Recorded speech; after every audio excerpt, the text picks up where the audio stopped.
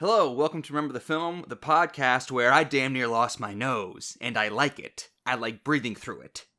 You know, that podcast. If you were scrolling through Spotify or YouTube trying to find the podcast where I damn near lost my nose and I like breathing through it, look no further. You found that podcast. This is Remember the Film.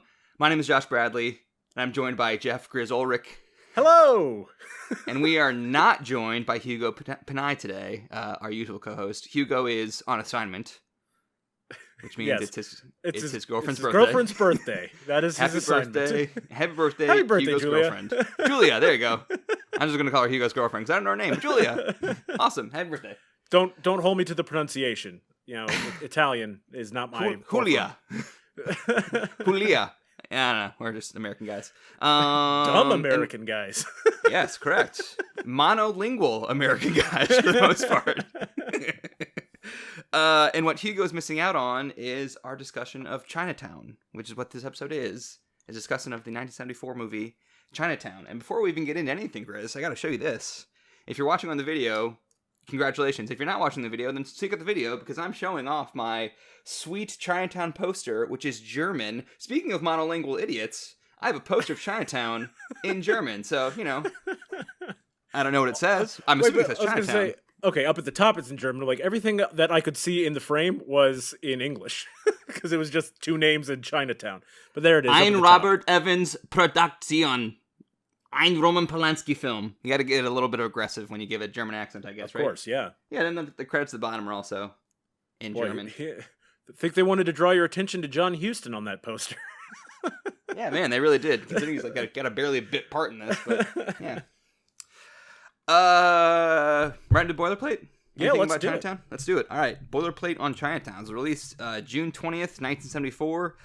Budget $6 million, box office $29 million, which I guess was a big hit in 1974, if the box office from Network is to be believed. Yeah, especially since they were saying it was one of the greatest hits yes, of true. the year. Yes. At the 47th Academy Awards, it tied with what for the most awards of the night? Or for the most nominations of the night, rather. It got 11 nominations, and it tied with what? Godfather Part 2. Godfather Part 2. Good. I left that blank on the outline to see if you could get I that off the deduced top of your it. head. Okay, good call. So, tough beat for Chinatown, getting nominated for 11 Oscars, but it's up against Godfather Part 2 in most of those categories, and it lost most of those categories to Godfather Part 2, and it only ended up winning, it only won a single award for the night, and it was in Original Screenplay, probably because Godfather Part 2 was competing in Adapted Screenplay, so Robert Towne otherwise was would able have to- lost to yeah, Godfather Part 2 in that one, too. Robert Towne was able to walk away with this one. And I just wanted to give a quick side note about the insane Oscars lineup. I just, like, I pulled up the page for the 47th Academy Awards, just kind of, like, on a whim to see, like, what categories it was in and what it lost to, and, like, I should do that more. I should just pull up a random Oscars year and, like, look at the names of the people nominated, because it is just, it's ridiculous. I noted a few things here. First of all, the best director category alone was Francis Ford Coppola, Roman Polanski, Francois Truffaut, Bob Fosse, and John Cassavetes.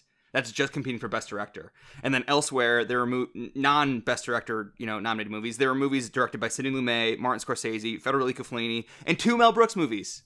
Both Blazing Saddles and Young Frankenstein were both nominated for Oscars at the 47th Academy Awards. Like, holy crap. And then just a non-exhaustive list of people who were nominated for acting awards at this ceremony. Jack Nicholson, Al Pacino, Dustin Hoffman, Albert Finney, Ellen Burstyn, Faye Dunaway, Gina Rowlands, Bob De Niro, Fred Astaire, Jeff Bridges, Ingrid Bergman, Talia Shire, Diane Ladd, and Madeline Mother Effin Khan for Blazing Saddles, nominated for an Oscar. This was a great year. Well, I mean, honestly, like, I look at this list of acting nominees, and it's so, like, it kind of boggles my mind, because when I think of, like, Fred Astaire, I think of the 30s and 40s. And when I think of Ingrid Bergman, I think of the 40s. And I don't really think of them as, like, contemporaries of Jack Nicholson and Al Pacino and Robert De Niro. I certainly don't either, but, you know, obviously their careers did span, past their quote-unquote prime. Yeah.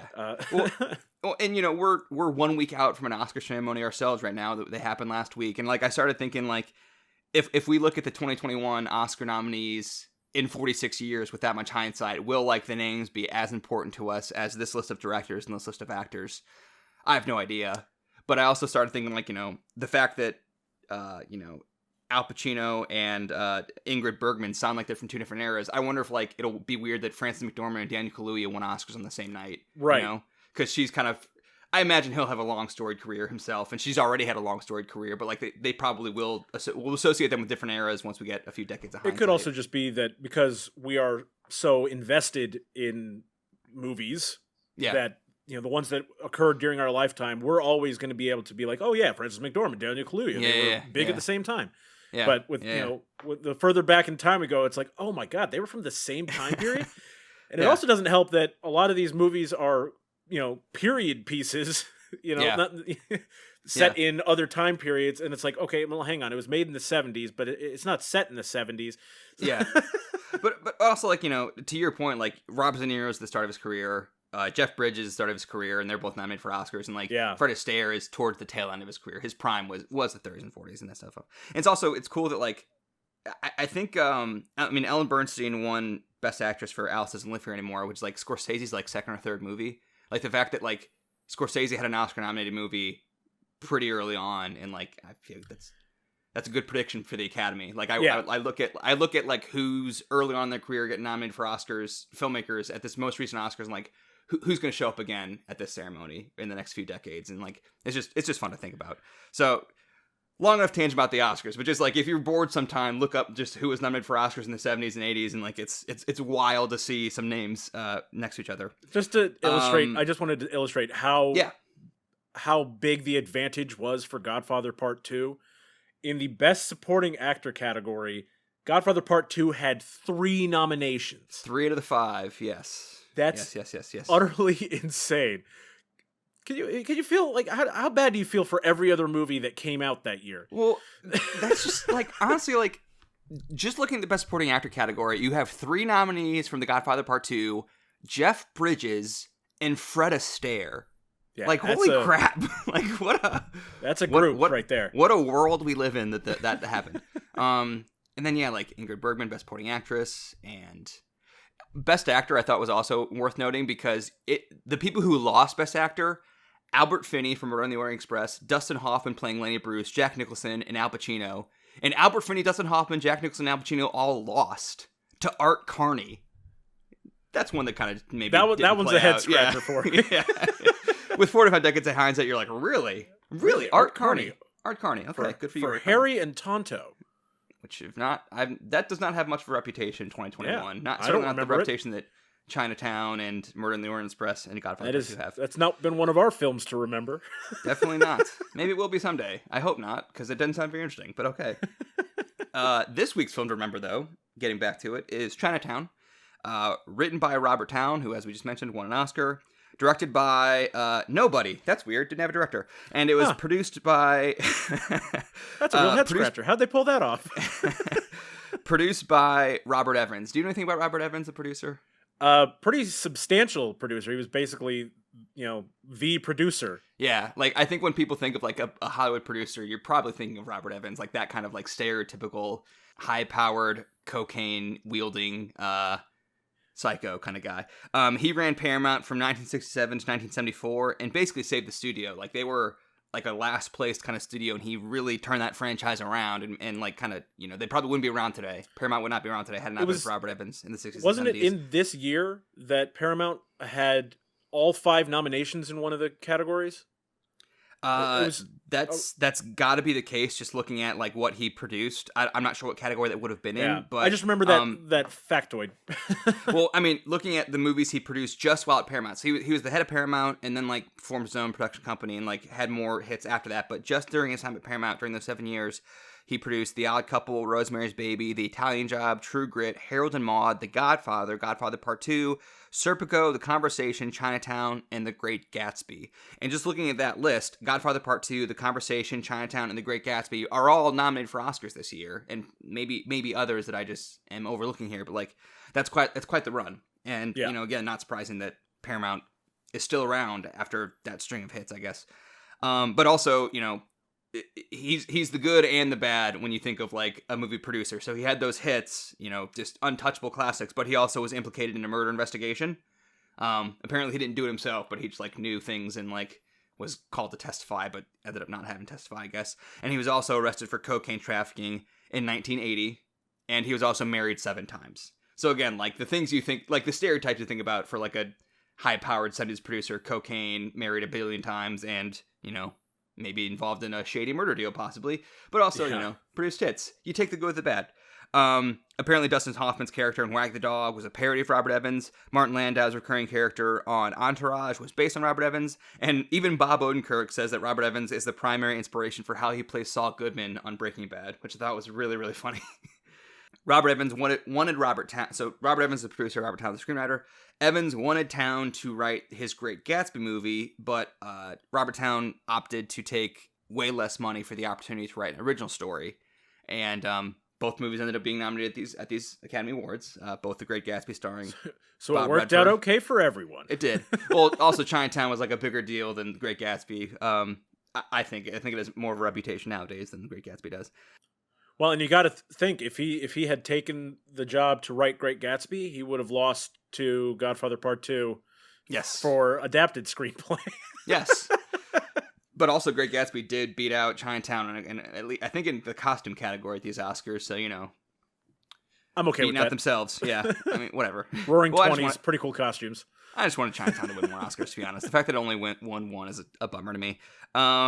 This was part of a planned trilogy centering on Jake Gittes, the Jack Nicholson character that Robert Town wanted to write. He wanted to write 3 movies. And the 3 movies would be a trilogy about Jake Gittes taking on the Los Angeles power structure and stories of private greed versus public good, which we certainly see in Chinatown. And he did have a second movie that came out 16 years later called The Two Jakes, that Jack Nicholson reprised his role as Jake Gittes. Jack Nicholson actually directed it in 1991. I have not seen The Two Jakes. Have you seen The Two Jakes? No. I hear it's like decent. I hear it's decent. Like, I would think it'd be terrible because you're following up a Stone Cold classic, you know, a decade and a half later. But and it's interesting because Jack Nicholson felt so strongly about Jake Gittes' character that he made the decision to never portray another, you know, sleuth character ever again. At least that's what my research said. Take it with a grain of salt. But yeah, so I believe you. I trust your research. He had said that he didn't want to do any more roles like that because he wanted the legacy of Jake Gittes to be maintained, and so he was willing to reprise the role because it's the same character. It's furthering that story, and he directed it himself. Which is even more of an endorsement. I guess this is a good time to say this is the Jack Nicholson performance for me. I realize he had a storied career, and like I think everyone probably has their Jack Nicholson performance of choice, but like this is the one for me for sure. Honestly, it's one of the more subdued Jack Nicholson performances. He's not over the top. He's not getting in your face. You know, Wendy, my sweet. You know, it's you know, he is channeling the film noir genre in this character. You know, so he's keeping his cool. He's level-headed. He's mellow. I will certainly talk more about the film noir elements and the character later on. But yeah, this is. Are you disappointed that we haven't gotten the third one? I know we haven't seen the second one, but you know. I guess I'll see The Two Jakes at some point. It's on Amazon right now, so I could watch it and then. But yeah, so the third part of the trilogy was never made that Robert Town apparently wanted to make with Jake Gittes. Not too late. Let's do it. Well, the third one's supposed to take place in the 60s. Robert Town is still alive, by the way. He's very, very old, but he is still alive. I think he actually like consulted on Mad Men at some point as like a writer. I don't really. That's kind of perfect. I think I've heard that in an interview. Yeah. Real quick, as long as we talk about Robert Town, he did do uncredited work on the Godfather screenplay. Coppola was like, I think they were in production. They'd already shot like most of the movie, I think. And Coppola realized, oh crap, I don't have any scene where my two main characters talk to each other. There is one scene in the middle of the movie where Marlon Brando and Al Pacino like have a conversation about like, you know, the future of their family. That scene was written by Robert Town. Like very early, quickly before they shot it, because like they were in production, they realized they didn't have a scene with these two characters together, so he brought in Robert Town to write that scene, which is a great scene. But in Chinatown, lots of elements of this script, of Robert Town's script, are based on real-life Los Angeles history. Hollis Mulray, who's like the chief engineer of the water department, he's loosely based on William Mulholland, who was also, again, the former chief engineer of Department of Water and Power. And the Vanderlip Dam disaster that they like talk about in the first couple scenes of this movie, that apparently is a reference to the St. Francis Dam disaster, which killed 600 people in 1928. That's crazy. I've never heard about that. Yeah, damn disaster that killed 600 people. Natural disaster, or not natural disasters. I guess Infrastructure disasters. Yeah. They don't make the news long term quite the way as other sorts of disasters do. Yeah. I don't know the reason for that, but yeah, that was the first I'd heard about it. But granted, I don't live in LA, so. Well, I also did not live in LA in the 20s when this occurred, so I mean, that's all. I'll give myself a break. They fixed it since then. I guess so. Well, I don't know. Water's still an issue here, but William Mulholland, again, the real-life inspiration for Hollis Mulwray, he apparently constructed an aqueduct pipeline that took water from LA to northern parts of California, which apparently included some under-the-table land deals in the San Fernando Valley, which is a major plot point in Chinatown. So again, Robert Towne was kind of taking actual history of Los Angeles and incorporating the story to an extent, at least. The director of this movie, I guess there was a director. I don't know. Weird. The director was apparently very difficult on set and famously clashed with both Faye Dunaway and Robert Towne. I knew about the Robert Towne thing. Like, I knew that Robert Towne actually left the set because of a disagreement with the director, and the director and Jack Nicholson had to like rewrite the ending of the movie a few days before they shot it, which ended up working out because this is one of the most iconic endings in movie history. Was the change to the ending the reason for the fight, or was it they had a fight and then they're like, well, he's gone, I'm going to rewrite the ending?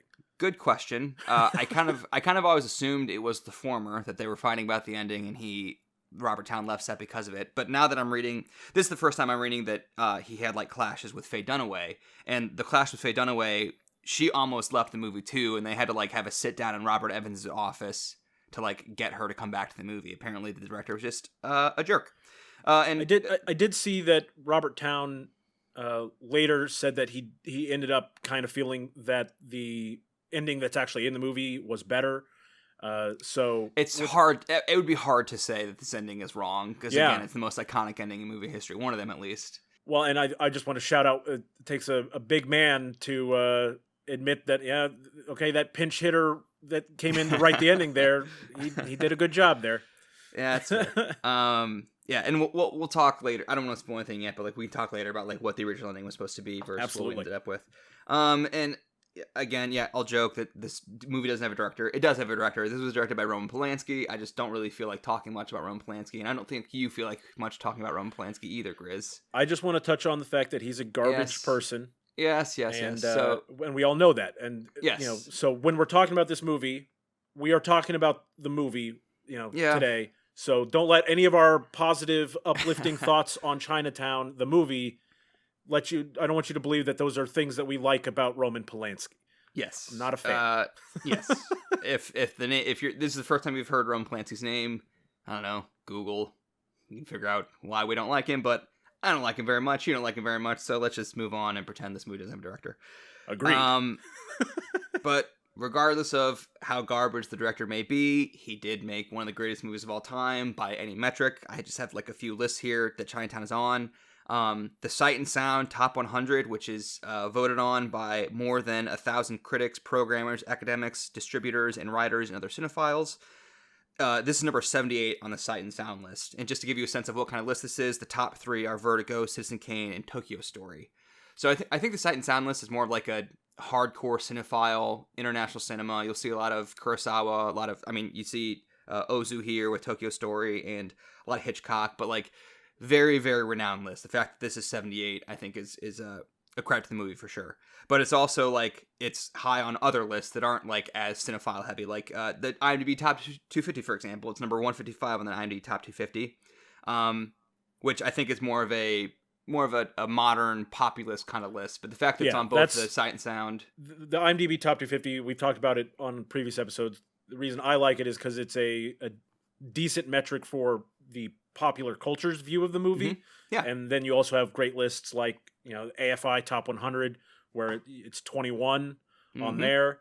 And, more professional people's lists. It's number 78 on the Sight and Sound Top 100. It's number 21 on the AFI Top 100. I think both of those are more like, quote unquote serious film people. Like, it's respected by them, but it's also it's 155 on the IMDb Top 250. And it's number 13 on Empire Magazine's Top 500 Movies of All Time, which was voted on by 10,000 Empire readers in 2008. So, again, like, it's popular among, like, the populist moviegoers, casual moviegoers. It's also popular among the serious cinephiles, I guess. The fact that Empire list was voted on in 2008 and it got number 13. And it got number 13. Yeah. That far removed from the release of the movie, that should indicate its staying power. Well, I mean, so I indicated the top 3 movies on all these lists just to give you a sense of the list. The top 3 on that Empire list was The Godfather, Raiders of the Lost Ark, and Empire Strikes Back. So, like, they're clearly respecting old movies, but, like, old movies that are still very, very popular and relevant today. You know? So, like, Chinatown is still very popular and relevant today. But possibly, I think the most important list that it's on is the fact that it is on the Writers Guild of America's top 101 screenplays as voted on by professional film and television writers. We mentioned it last week. Network was number 8 on that list. Chinatown is number 3 on this list, behind only Casablanca and The Godfather, and it's ahead of Citizen Kane. Like, this is rated by writers as a better screenplay than Citizen Kane, which is pretty great. Yes, pretty good. That's it for Boilerplate, I think. What's your relationship to Chinatown? You've seen it before this week, right? Yeah, I had seen it before this week. I enjoyed it more this time. I think maybe it's just that I've seen more film noir and neo-noir movies since I had first seen it, and so I have a little bit greater appreciation for its placement in that genre.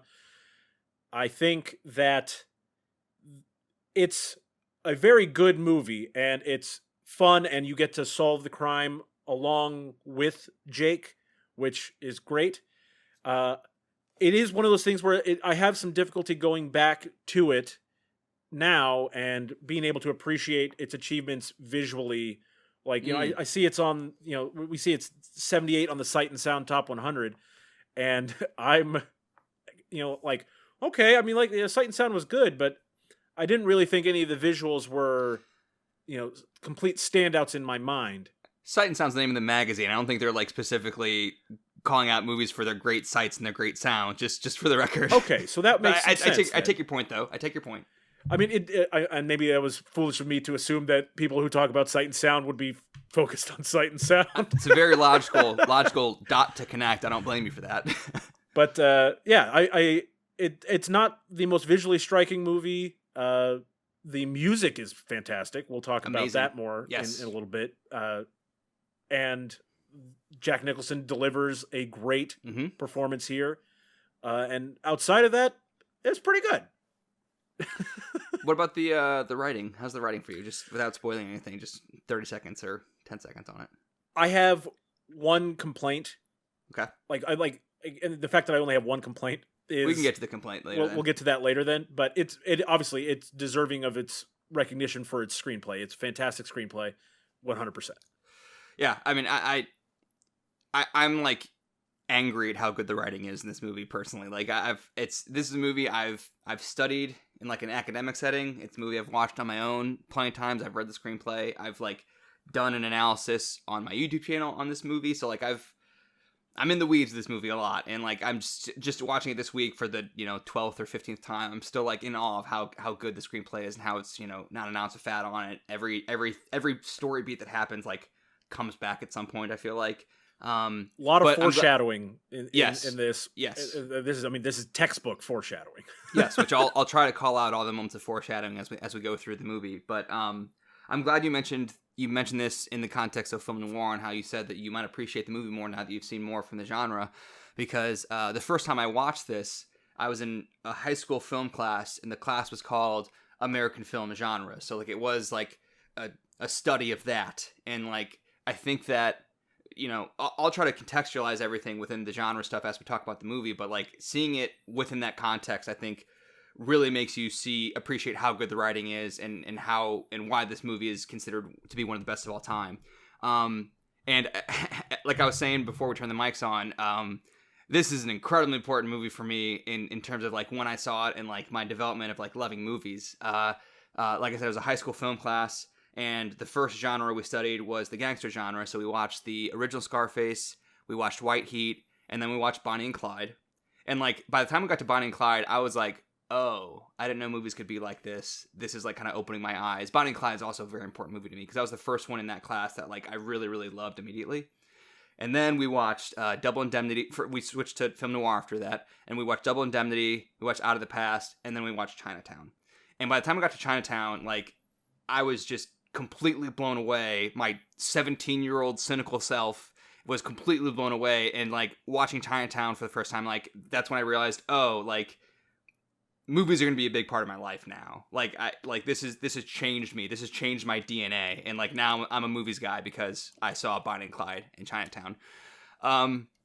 So, I mentioned the term foundational text when we talked about Boogie Nights, that was a foundational text for me. This is more so a foundational text for me. So, very important movie for me. I love it. And because of that, with your permission, I think I'd like to just, like, go scene by scene in this and kind of, like, talk through everything, if that's cool with you. Permission granted. All right, cool. So, movie opens with title credit scene and Jerry Goldsmith's immaculate score. When I think of, like, film noir and hardboiled detectives and detective movies, I just immediately think of the horns and Jerry Goldsmith's score. What other movie have we talked about? Did Jerry Goldsmith also do the movie for, Grizz? I believe it was Rudy. Rudy, yes. The amazing dun, dun, dun, dun, dun, dun, dun, dun, dun, dun, dun. Yeah, that's all Jerry Goldsmith. I mean, I'm just saying, impressive work here, because they're not, I mean, he's done a lot of movies, but his scores, kind of like John Williams, is able to transfer between genres brilliantly. Yes. I think off the top of my head, these are the only two movies I know that he did, but, like, I just kind of glanced at his Wikipedia page, and, like, he had, like, a John Williams-esque storied career spanning several decades. Maybe not quite John Williams levels, but, like, close. Yeah. And so, like, I should probably know more about this guy, but I don't. I know we know the important parts, that he did the music Chinatown and Rudy. Chinatown and Rudy. That's all I really need to know. Foundational texts for Josh. Yes. So that score plays over the opening credits. It's an old school kind of style opening credits, because even though this came out in 1974, it takes place in the 30s. After the credits roll, I'm a big on opening images. Grizz, what's the opening image of this movie? Do you remember? I'm terrible at opening images. The movie opens on some lewd pictures of an affair that Burt Young is looking at. So we open in Jake Giddy's office, played by Jack Nicholson, and he's dealing with a client, Burt Young, Curly, played by Burt Young. And it's just Curly looking at pictures of his wife having an affair. That Jake does. No. Yes. And he starts crying and throws the pictures and tries to eat the Venetian blinds. You can't eat the Venetian blinds. You just had them installed. I hope you keep doing the Nicholson impression. That was pretty good. Last week in the podcast, we were talking about Network in the Best Supporting Actor category that year, and I besmirched Burt Young's name by laughing at the fact that he was nominated for an Oscar for his performance in Rocky, and then this week on the podcast, he's being cheated on. So a tough couple weeks for Burt Young on Remember the Film. But I like this opening scene because it accomplishes a lot of things. It introduces us to our main character. It shows us his profession, which will be important. It shows us his demeanor and his attitude, because he's very, like, kind of, he's cold and detached and kind of just, like, kind of panders to Curly a little bit, like, when you're right, you're right, and you're right. But he also, like, kind of, like, side eyes him. Yeah, but he also he like rolls his eyes a lot and, like, clearly thinks that, like, I'm better than this guy and that kind of stuff. So, like, he's cold and detached from his work. But it's also, I think, important to note that, like, this is the work he does, is taking lewd pictures and showing them to husbands whose wives are cheating on them. Like, that's an interesting introduction to the character in the world that we're entering. I want to note there's also a line of dialogue cut from this scene in the original script, where Curly, who is, like, he's a fisherman, so he's a blue collar kind of guy. In a line that was cut, he says, "I should just kill her," in reference to his cheating wife, and Jake gets very angry at that and, like, freaks out, and he says, again, a line that was cut is, "You're not rich enough to kill anybody," which is a very, very heavily foreshadowing line for what's to come in the movie. And the scene, so that part was cut, but, like, as Jake leads Curly out of his office, he says, "I only say it to illustrate a point." That's a reference to the line that was cut. So that line was kept in the movie, but the line he's referencing was not. That's a really good line.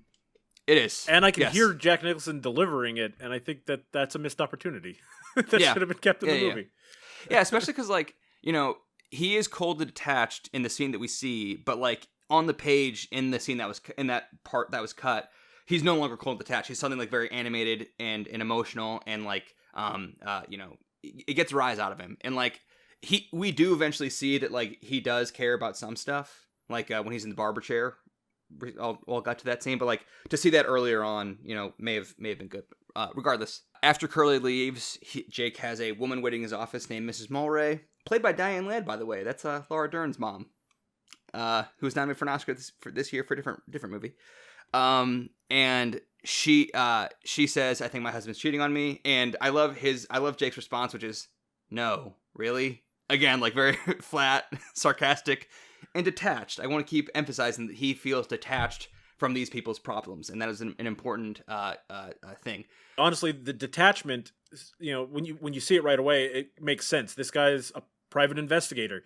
He should be detached from this. He needs to approach things from a non-connected viewpoint. Yes, they need to be not important to him so that he can tell them the truth.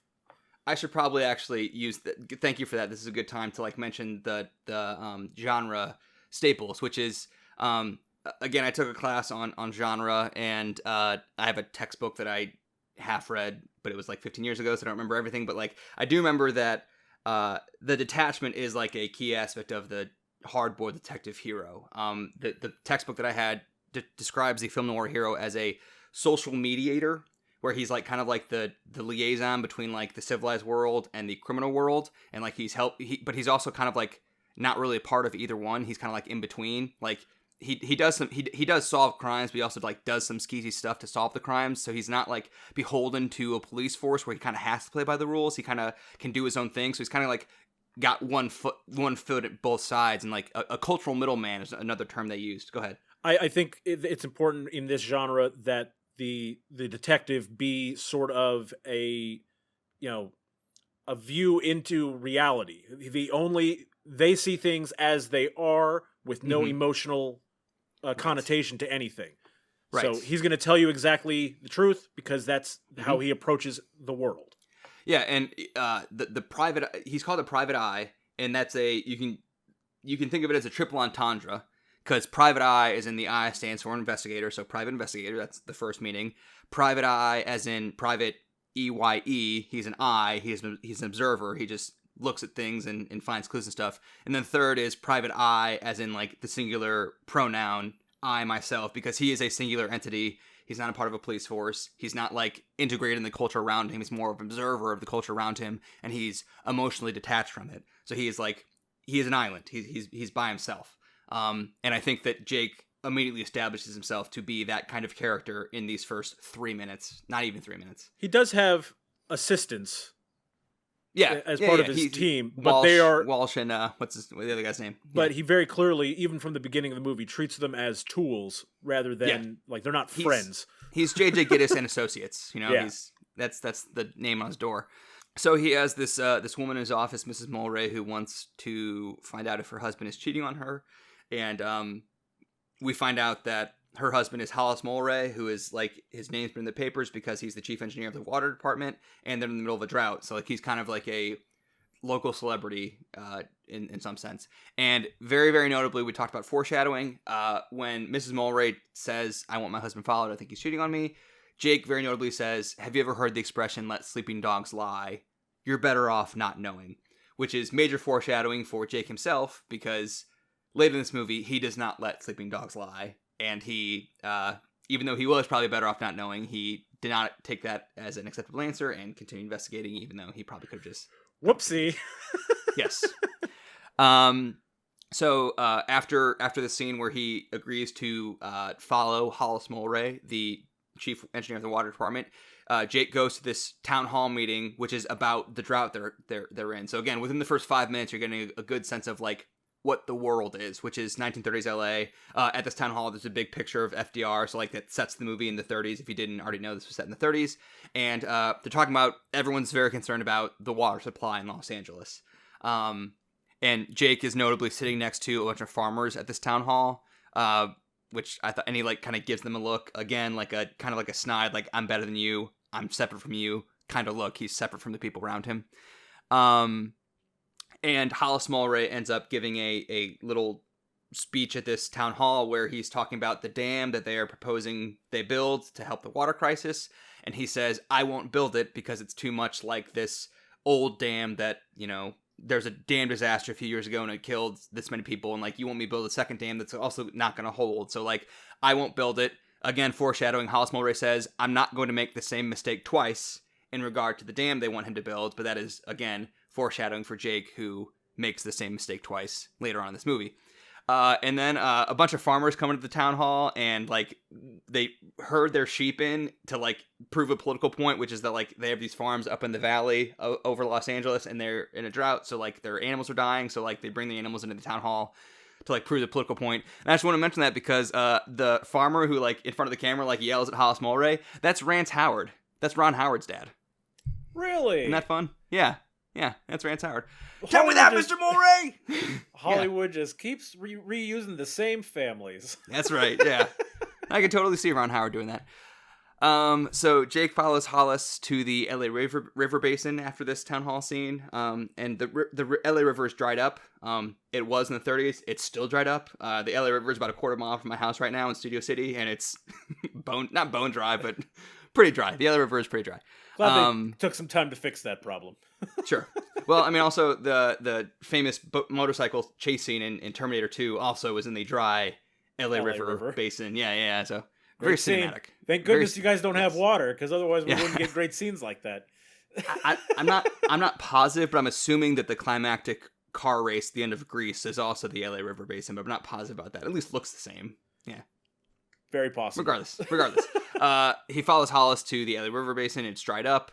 Hollis talks to a boy on a horse, which was a weird thing to happen. Weird moment. Yeah. And then Jake follows Hollis to the coast, where he spends all day, and like he just sits there on the coast. And so eventually, obscenely long amount of time to just be standing there on the coast. Yes. Which, so what I like about this sequence is like Jake is in his investigation following Hollis, but clearly Hollis is having his own investigation. And like, we don't really know of what yet, but like, it's a multi-layered thing where he's watching Hollis, and Hollis is also trying to solve a mystery in his own right. And the mystery that Hollis is trying to solve, Jake will eventually get involved with and have to solve himself. But when he's at the coast, the drainage pipe that like dumps out into the ocean, at night, after he's been waiting at the coast for several hours, a bunch of water comes out that drainage pipe and drains in the ocean, and like that's clearly what Hollis had been waiting for. And I just love the detective trick that Jake does on Hollis, is he takes a stopwatch, sets the time and the stopwatch, and then puts it underneath Hollis's car tire, so that the watch will break when Hollis leaves, and he will know exactly what time Hollis left. I thought that was like such a clever. I think that's clever, thing. But I also think like, okay, but what if it doesn't break right away? You know, what if the centrifugal force puts it up against the tire and it just keeps rotating he put it until underneath, it stops? And he put it underneath the back of his tire. What if he pulled forward? Yeah, I mean, there's like oh, that's right. Yeah, it was underneath, not inside. Yeah. But yeah, point is like, what if he doesn't break it? Well, it works. In this case, it worked. I'm sure it doesn't work every time, but in this case, it works. They know that he was there until like 1 or 2 in the morning or whatever. Should have just put down 2 watches, one on either side of the tire. Problem solved. Yeah, there you go. Well, he's got like his glove box is literally full of watches. So, yeah, he clearly does this all the time. Also, as Jake leaves the coast, he has like a note on someone like put a note on his car windshield, and it's basically like a flyer saying like LA is dying of thirst, save LA's water supply. So like, again, they are reiterating that this is a thing on everyone's mind is the water shortage and the drought. Like they're just hammering that home as like setting up the world more. So Jake goes back to his office, and Walsh shows him pictures. He took pictures of Hollis arguing with the guy. And Jake is unhappy because he thinks these are worthless pictures. They're trying to find if he's having an affair, and he's got these pictures of him talking to this dude outside of a grocery store. But again, that comes up again later. Again, there's not an ounce of fat in this, so those pictures will come up again. Get a call that. Yeah, I had a minor issue here. Yeah. If you're investigating people who are cheating on their spouses, and you see this guy is arguing with a man, wouldn't you think maybe there's a possibility that the person he's cheating with is this man's wife or girlfriend? Like that's that was my first thought. I mean, yeah. So again, Jake is dismissive of these pictures, thinking they're worthless, but like he's wrong. I agree with you. I agree with Walsh, the guy who took the pictures, that like these could be meaningful, and it turns out They were, and the man that he was arguing with is tangentially connected to the woman he was allegedly involved with, but in a very sinister, different way than simply that's the girl's husband. Right. Regardless, though, they follow Hollis to Echo Park, where they take pictures of him on like a little rowboat thing on the lake in Echo Park. Again, water. He said it with his associates. The guy's got water on the brain. The fact that he went to so many reservoirs that day, and suddenly he's in Echo Park on a lake. So, like, again, water. Everything's about water in this movie. And this is a really cute scene.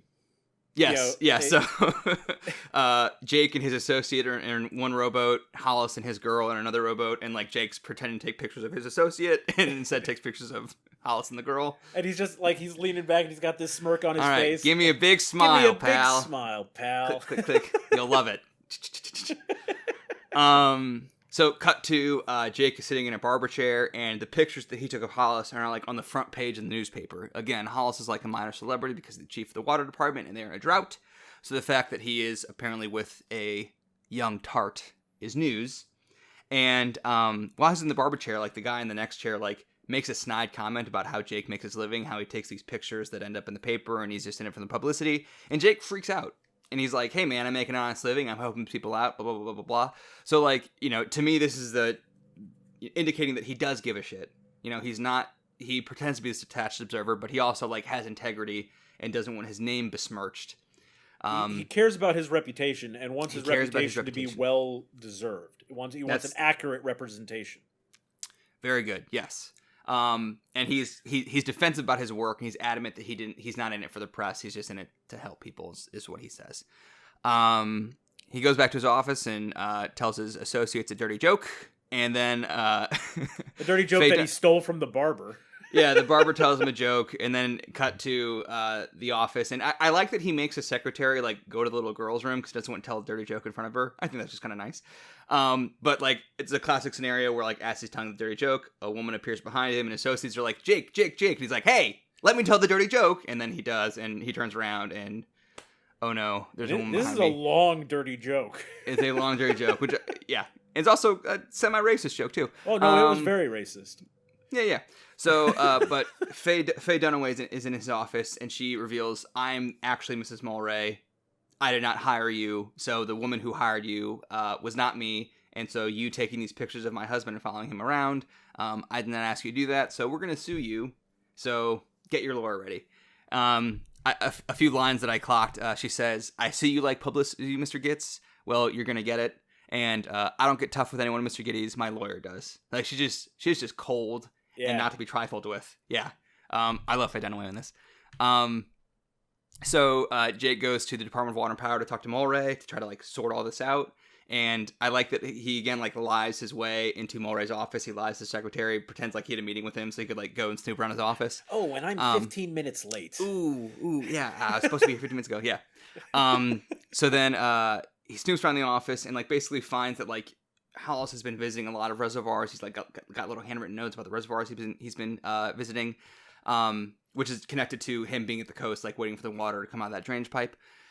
And then a guy named Yelburton, who's the deputy chief of the department, he like kind of hustles Jake out of the office, and Jake takes several business cards from Yelburton, who is the deputy chief of the department. Which, go ahead. Just want to shout out Yelburton is I don't remember the name of the actor, but he plays Higgins in Magnum P.I. Oh, cool. Yeah. Another classic detective story, Magnum P.I.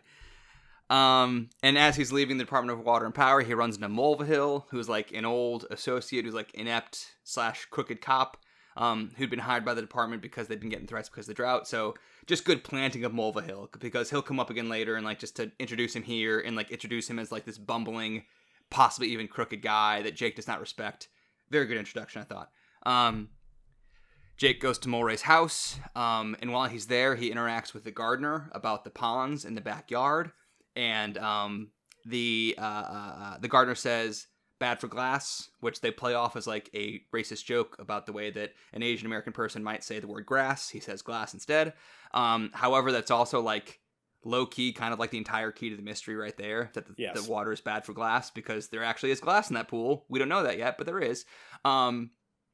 So we do see it there because Jake sees it in the pond. He sees a shimmering object in the pool and is about to grab for it, But then he's interrupted by Mrs. Mulray returning from her horseback ride, so he lets it go. But like he nearly solves the case in this moment, but then doesn't.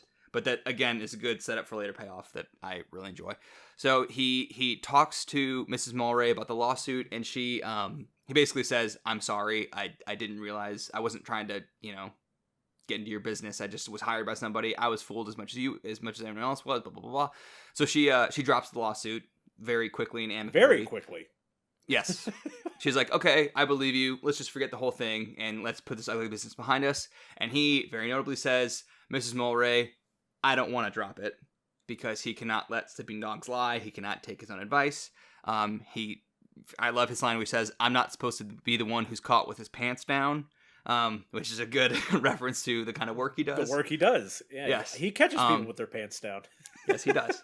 But again, like this is both a furthering of his not letting sleeping dogs lie line that he told the fake Mrs. Mulray in the second scene, but also he doesn't want to be made a fool, and the fact that like people think he's in this for the publicity, he really rallied against that in the barber chair. And like this is kind of a continuation of that idea that he has integrity, his reputation matters to him, and like he doesn't want to be played a fool, so he wants to get to the bottom of this, even though it would have been better. He's better off not knowing, as he told the fake Mrs. Mulray. So he, on Evelyn's advice, he goes to a reservoir to try to find Hollis so he can talk to Hollis about this whole thing. And when he gets to the reservoir, I also love this, he takes Yelburton's business card and pretends to be Yelburton to the cop. He says, oh, don't worry, officer, I'm Yelburton, deputy chief of the department. And then... oh, I'm sorry, Mr. Yelburton, please, go right ahead. So at the reservoir, there are cops there, cops that Jake knows, including Lou Escobar. And Escobar asks him, how to get past the guard? And Jake says, well, to be honest, I lied a little. Just a great line. But, again, important interaction here where Jake clearly has a history with his detective, Lou Escobar, and they allude to the fact that they work together in Chinatown. And that's the first mention of Chinatown in the movie Chinatown. It's just a very brief mention of the fact that they work together there, and that's it. They both got out of Chinatown. And now this... And I do want to indicate, they both indicate during this conversation that Chinatown is not a place where you want to be. Yes. They both emphasize the fact that they got out, basically. So Lou Escobar is now a lieutenant, a detective, and I don't know, he's here at this reservoir because Hollis Mulray is dead. They pull him out of the water in a very jarring cut where it's like a close-up of his face, and like the score like bangs as you see his dead face and his big bulgy eyes. Why are they dragging his body back up the slide? There had to be a better way to retrieve that body, right?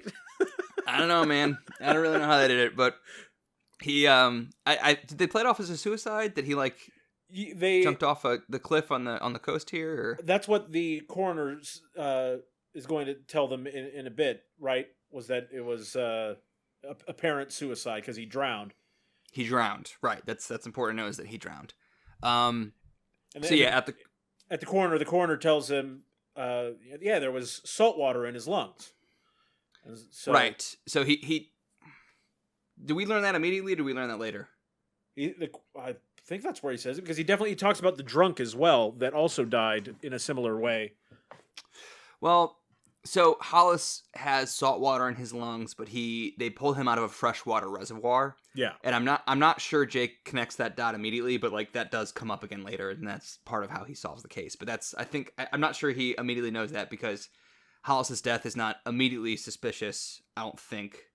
Or maybe Jake internalizes the information but doesn't say it out loud for a little while. But yeah. Regardless, they go to the morgue. Evelyn, Faye Dunaway, identifies the body. But when Escobar, the detective, starts asking her questions, he's cagey about it and doesn't want to answer questions about the affair. Because allegedly she hired Jake to follow Hollis, because that's the story is that Mrs. Mulray hired Jake. But she does not own up to the fact that someone else was impersonating her and hired Jake. So she kind of lies to the detective, goes along with the story that she hired him, and Jake goes along with her lie, just to kind of spare her the responsibility of explaining herself. And that's what she tells Jake. She says, I just didn't feel like explaining anything. Thank you for going along with that lie. I'll send you a check to make it official that I've hired you, blah, blah, blah, blah. So that's kind of shady on her part, that she didn't just immediately was not upfront about what's actually going down. She lied to the detective in the investigation of her husband's death.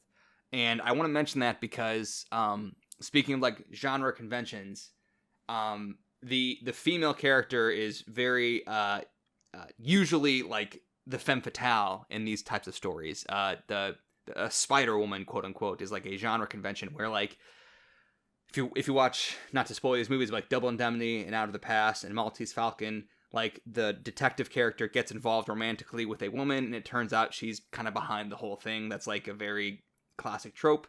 And so like they're setting Evelyn Mulwray up for that she's being cagey and lying to the police and not wanting to answer questions. So like she's clearly hiding something. So they're kind of like setting up your genre expectations. They're a little okay with her hiding things for my tastes here. Well, that's the thing, is like this movie kind of turns your genre, your expectations for the genre, and turns it all on its head eventually. But yeah, I'm personally okay with her lying to the police in this case and hiding stuff, but we don't know why she's lying yet. So as you just alluded earlier, Jake goes to the mortician, whose name's Morty, which I thought was funny. Morty the mortician. Yeah. And he learns that there was also like this drunk dude who was living in the LA riverbed who also drowned.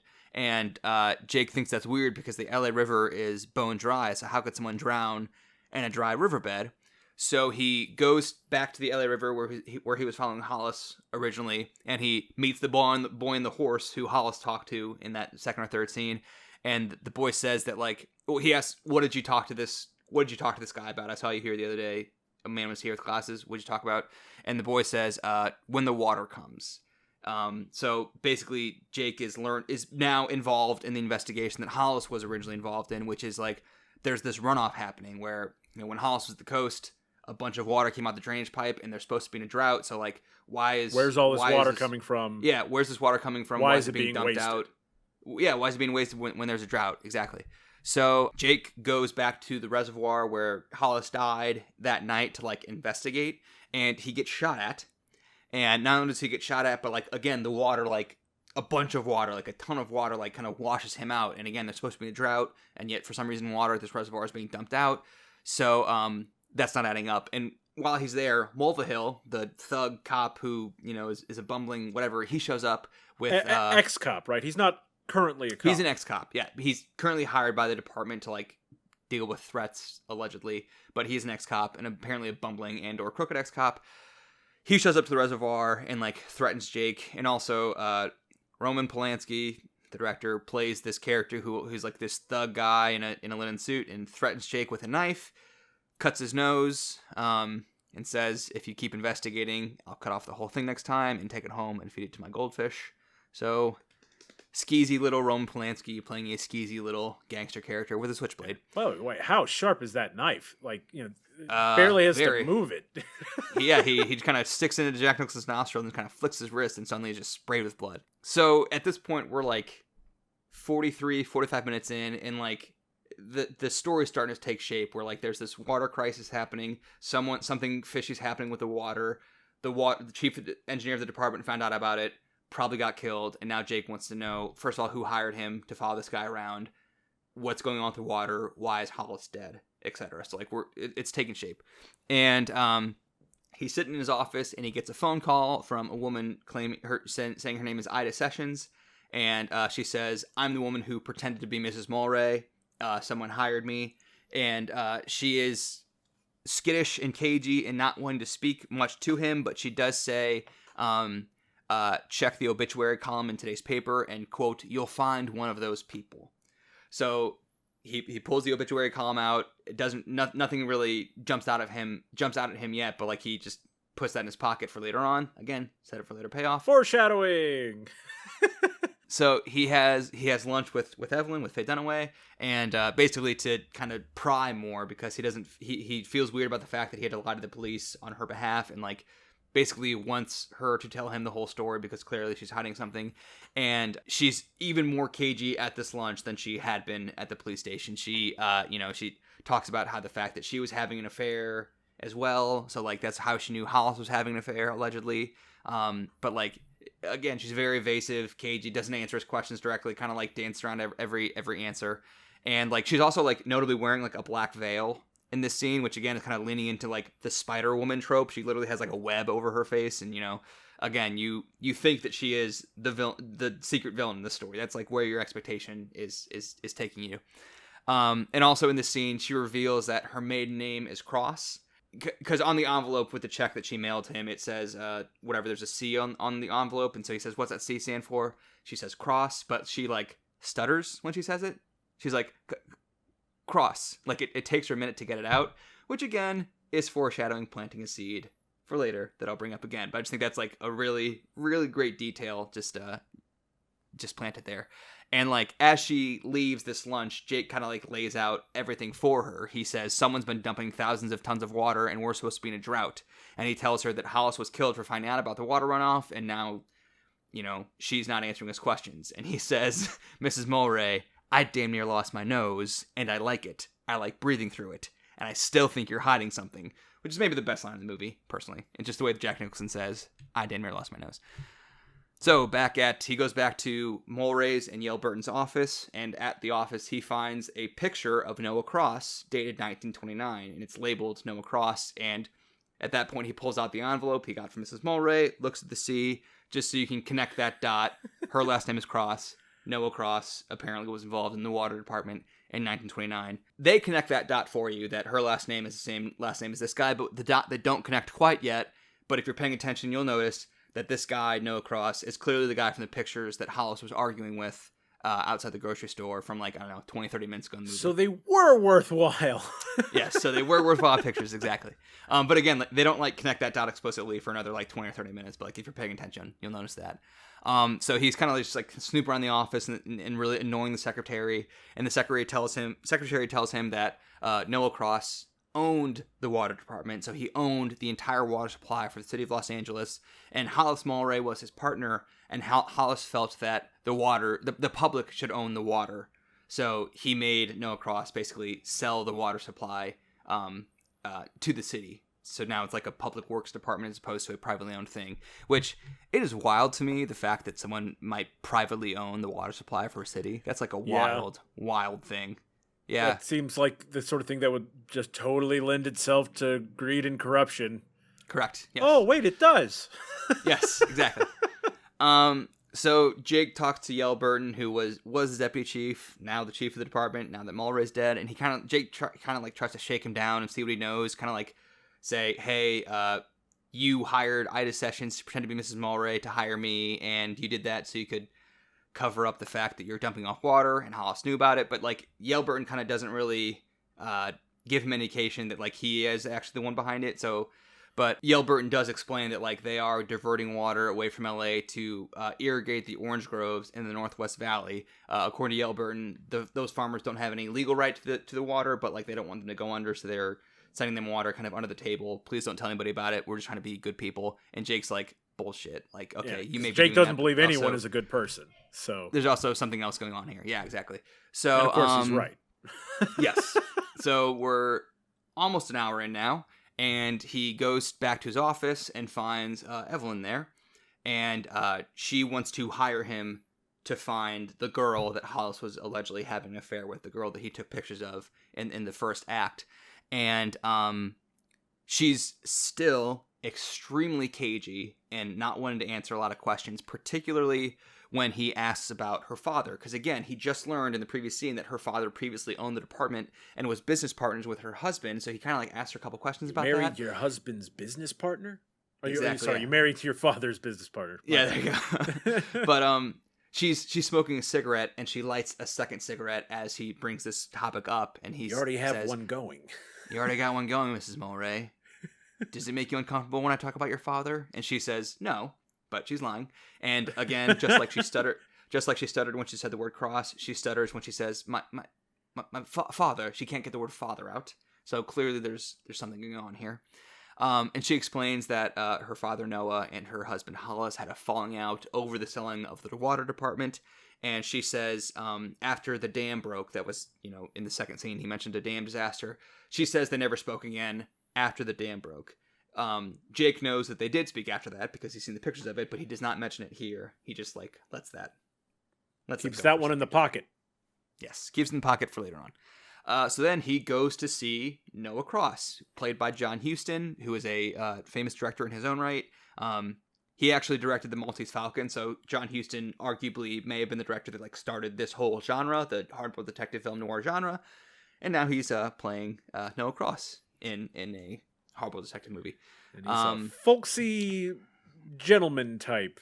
Fun fact: Daniel Day-Lewis playing Daniel Plainview in There Will Be Blood. Allegedly, it's not confirmed. I just read this somewhere that he based his voice for Daniel Plainview on John Huston in Chinatown. I can hear it. Totally see. Yeah, Mr. Gitz, I do my own drilling.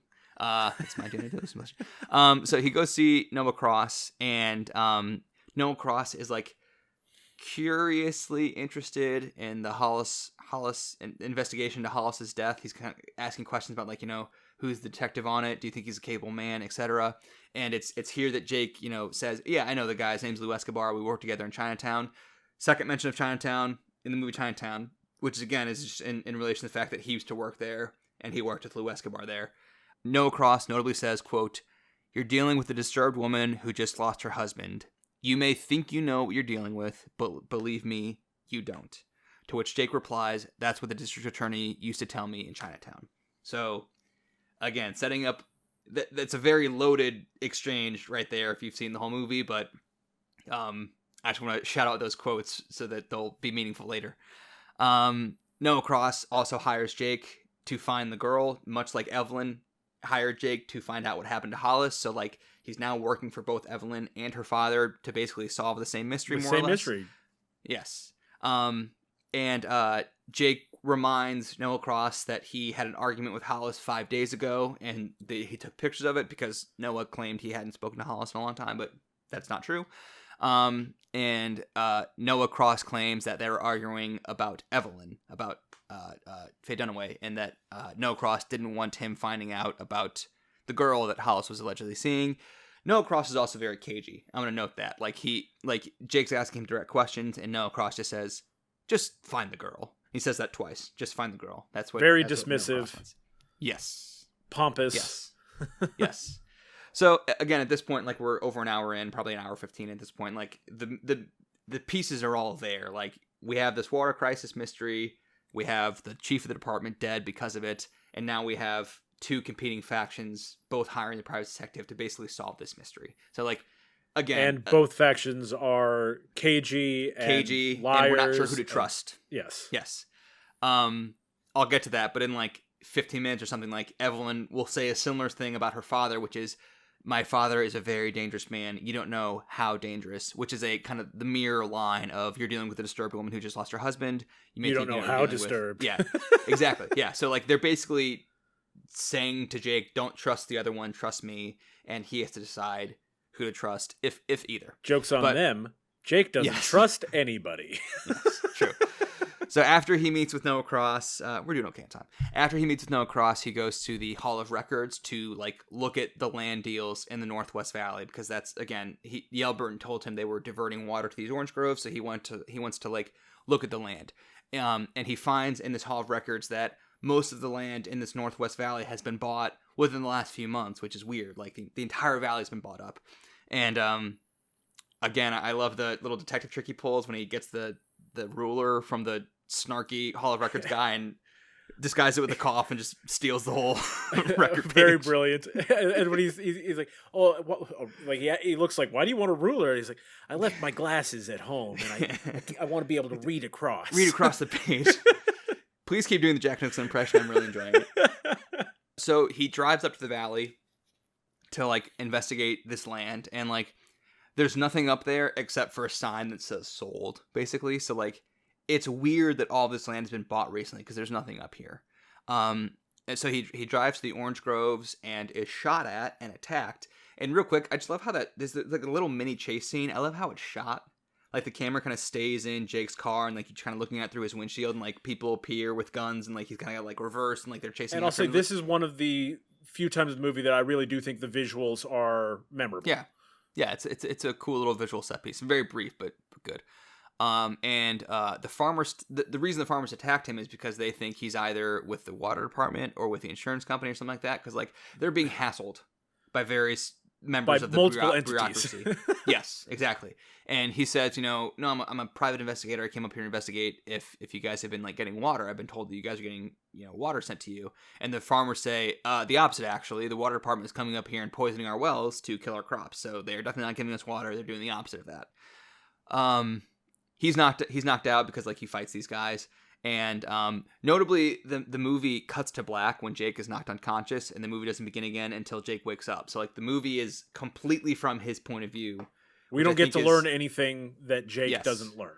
He's in every scene. We don't have any scene from anybody else's point of view besides Jake, which is like kind of a rare thing in a movie, to be honest. But like apparently this was to make a movie that's similar to like a Raymond Chandler novel.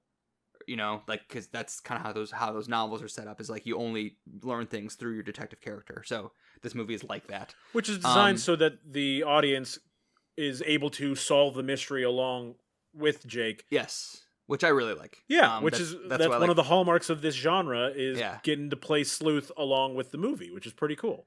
Yeah, honestly, like even when I was 17 in this high school class, like I was excited for this section of the class because like I just like mysteries because like they're fun to like solve along. Like who doesn't like that, And one thing I will say for Chinatown in particular is this mystery is like a lot of times you'll have these mystery movies where you're trying to solve it along with them, but you really can't.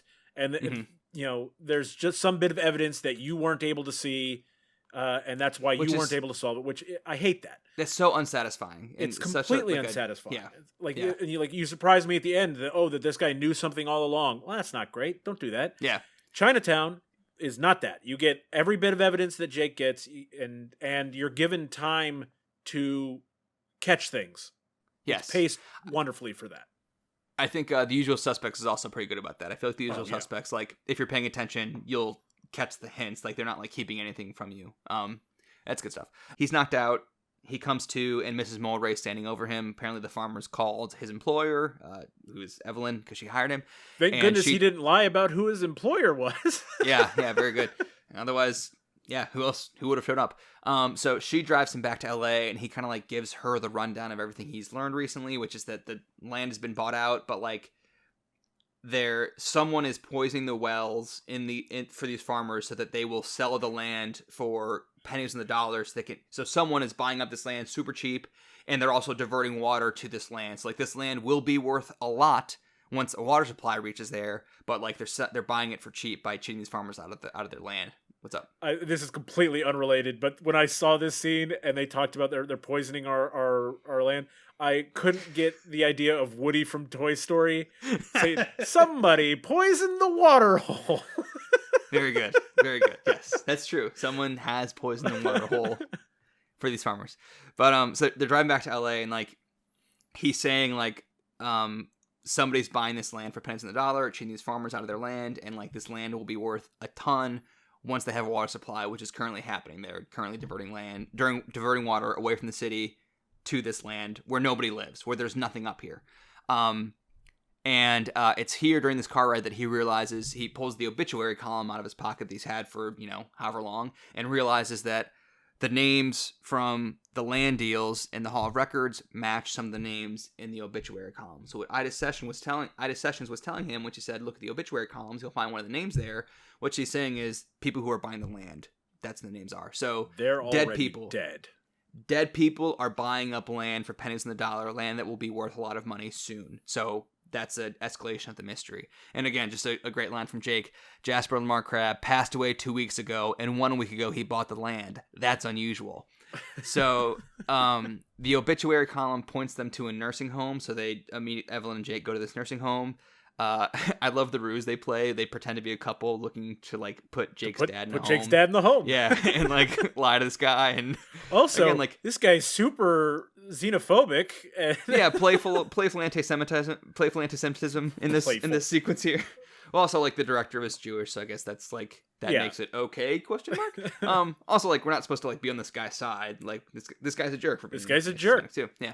But at this nursing home, they snoop around and they find more names from the land deal, and they realize that like everyone who's been buying up land in the valley is at this nursing home. So like clearly they are fronts, like someone's buying it in these people's names and they die and they just take the land or whatever. They're also like, he talks to this woman who's like knitting, and there's a flag in her quilt that she's knitting, and it's from the Albacore Club, which we learned earlier was like something that Noah Cross owns, or like maybe we didn't like learn that explicitly, but like, or whatever it was. Yeah. The flag in her quilt we saw earlier when Jake goes to see Noah Cross. So if you're paying attention, and I've seen this movie 15 times, like I have been paying attention, you can kind of connect that dot that like the club that Noah Cross either owns or is associated with, it has a piece in this quilt. And all so, like, I missed that. Like I did not catch that earlier in the movie, and they're like, oh well, I guess they did. Again, after Evelyn hires him, he goes to see Noah Cross. Like he talks to them in back-to-back scenes, but like before he goes to see Noah Cross, he like goes through like a gate, and the gate has that same symbol, the Albacore Club symbol. So like, if you're paying attention, you've seen it before, and you can kind of connect the dot that, hey, Noah Cross might be involved in this. Again, very subtle planting, but it took me like 5 viewings to kind of connect that dot, but that dot is there.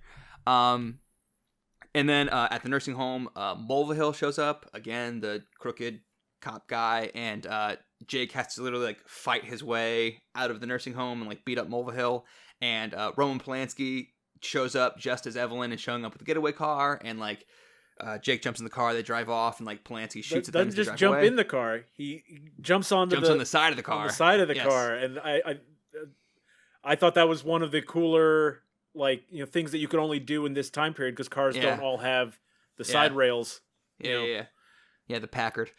And notably, the gangsters shoot at them as they drive away, which could be foreshadowing, arguably, for what happens in the ending. But I never actually clocked that till like this past viewing. Go back to Mulray's house. The maid has the night off, so Evelyn and Jake are alone at her big mansion. And not just the maid. She gave everyone the night off. She gave everyone the night off, so they are alone, just them and the bed sheets. So they have this conversation. They kind of just speak more candidly and tell more personal anecdotes about themselves. And she said, like, are your days always this exciting? Because they were just shot at and stuff. And he says, actually, this hasn't happened to me for a long time. She says, when was the last time? He says, in Chinatown. She says, what were you doing there? And he says, as little as possible. So, again, that's the third mention of Chinatown in the movie Chinatown, and we get more, he's more explicit about the fact that he did work there. What did you do? As little as possible. Very important line, that he did as little as possible in Chinatown. And she asked him why he left the police force there, and he does not answer her. I was just going to say, at this point, I'm starting to get frustrated by every time they mention Chinatown, they never explain why everybody hates Chinatown. Well, we'll get more in like 5 minutes. I know, but like at this point, I'm getting frustrated. But I'm like, come on, tell me something. Why did everyone want to get out of Chinatown? Right. So they end up kissing, and they end up having sex. And during the pillow talk afterwards, again, Jerry Goldsmith's immaculate horns playing over shirtless Jack Nicholson laying in bed smoking a cigarette. Just an utterly iconic image to me. And she says to him, you don't like to talk about the past, do you? Why does it bother you to talk about it? And he says, it bothers everyone that works there, meaning in Chinatown. He says, it's hard to know what's going on. You can't always know what's going on, is something he says about working there. He says as little as possible, and she says the district attorney gives advice like that to his men working in Chinatown. Yeah. He says, yeah, they do. They do in Chinatown, do as little as possible. And like what he kind of alludes to in their pillow talk and in the scene before that is like the reason it's as little as possible is because you can't always know what's going on. So like you can't, again, if a private detective is a cultural middleman standing on the line between cop and criminal, it's hard to tell who is who, which is which, so like you might do something thinking you're helping the good guys, and it turns out they're actually the bad guys, and you're actually making things worse, which is why you would do as little as possible. In a world that is morally gray, where it's hard to find out who the good guys and bad guys are, just do as little as possible to prevent helping the bad guys. Basically, I think that's what I'm getting from this conversation. You don't think that's enough? Is it too opaque? I think for me, I would like a little bit more explicit, information on that. I don't hate it. Like, obviously, this isn't something that ruined the movie for me or anything like that. And I don't even necessarily want a whole lot more. Maybe an anecdote or something that illustrates the point he's talking about. Well, one of the anecdotes he does give, it's still vague, but it's at least an anecdote, where he says, she asks, what happened in Chinatown? He said, I was trying to keep someone from being hurt. I ended up making sure she was hurt. Which, again, is like, you take little action because you don't know which side you're actually helping. So, like, you may be trying to help, but you only end up making things worse. I tried to keep her from being hurt and make sure she was hurt. Anecdote it's so brief, it still felt cagey and vague. Like I'm not responding. I'm not giving you any actual Yes. information. Which again, that's a trope of this genre where the hard-boiled detective never shares much about themselves. I mean, that's a very common thing in this genre, and sometimes it frustrates me. So this conversation is interrupted by an urgent phone call that Evelyn gets, and she has to leave. And I got a problem with this. What's that? Like she answers the phone and she's very frantic. No, don't do anything. I don't remember exactly what she said, but she's very frantic. Stay there. I'm on my way. Stay there. I'm on my way. Yeah. And then she turns and says, "Okay, so I gotta go." And she doesn't say it like that, but she does. And she does leave. But she tells him to stay here. Just stay here. Yeah, she said I'll be back. Don't go anywhere. Does she think for an instant that Jake is actually going to stay here? Come on. I don't know. Maybe she doesn't realize how detached he is, how unavailable he is. But notably, after she hangs up the phone, she does she's about to come clean about the fact that Noah Cross is her father, and he says, "Oh, I know. I talked to him already." And she gets super cagey at that point. She's notably naked, and she covers herself up and says, "You talked to my father?" And again, stutters, can't get it out, covers herself up when she talks about it. So again, all foreshadowing that she has a uncomfortable relationship with her father. And it's at this point that I alluded earlier, she says, "My father is a very dangerous man. You don't know how dangerous. You don't know how crazy." So once again, Evelyn and Noah Cross are both hiring Jake and telling him not to trust the other. She leaves, and again, another detective trick that I love, he kicks at her taillight so that he can follow her he follows her in her car and can tell which car is hers because the taillight's out. Those little detective tricks really are one of the highlights of the movie because they're quick, but they're all very clever. And they're low tech because it's the 1930s and known as a cell phone or whatever. So he follows her to this house in Echo Park or whatever, and he goes up to the window to peek inside, and the girl that Hollis had been seeing is staying at this house. So Evelyn has the girl that Noah Cross has hired him to find. So we're about 90 minutes in, and this is quite the escalation of the mystery because part of his job is to find this person, and Evelyn has clearly been lying to him because she's had this girl all along. So again, the mystery's evolving. He tells he knows that he hasn't solved the mystery yet. He identifies okay, there's more information that I need here still. Yes, but he still doesn't know what happened to Hollis. But if she has the girl, maybe she had something to do with Hollis. I don't know. It's hard to say, but it's hard to say what this reveal means. But it certainly means something. So he immediately wants to take her to the police. She is cagey about it, and she won't let Jake talk to the girl, even though he wants to. And there's a brief moment where they're in her car talking about this, and she's exhausted and defeated, and she leans her head against the steering wheel, and the horn goes off, which again I think is foreshadowing for the final moments of the movie. Again, clever foreshadowing. And she says that the girl is her sister, and so that's why she doesn't want to tell the police about it. She's embarrassed that Hollis was allegedly seeing her sister, but that's why she has her in this house, is their family.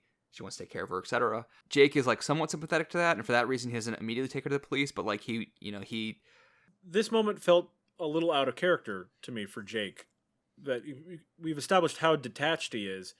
Well, he's not though anymore because he's already been to bed with this woman. So okay, but so for me, I interpret it as okay, he's the kind of guy who could go to bed with a woman and still be completely detached. Well, so it's interesting you bring that up because again, in this scene, he leaves and says I got to go home and sleep, and we'll sort this out later. And she says, "Oh, you're not gonna come with me?"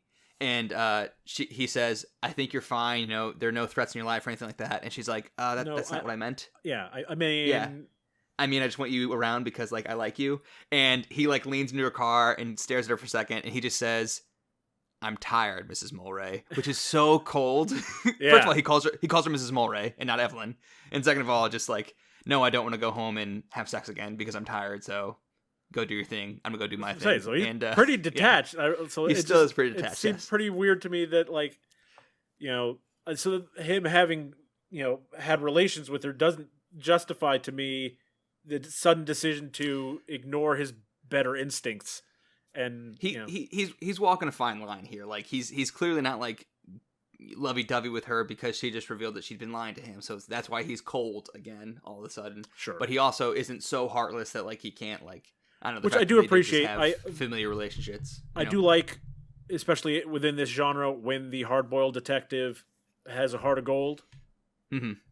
And so Jake throughout the whole movie is playing up how detached and cold he is, I think. Yeah. But we do get a couple of these moments where you can see, like, at his heart, there's some level of actual caring. And so, like I said, like, I would have liked if there was a slightly better, justification for this turn, but it also, I can see it enough to not let it bother me. You know what I mean? Yeah.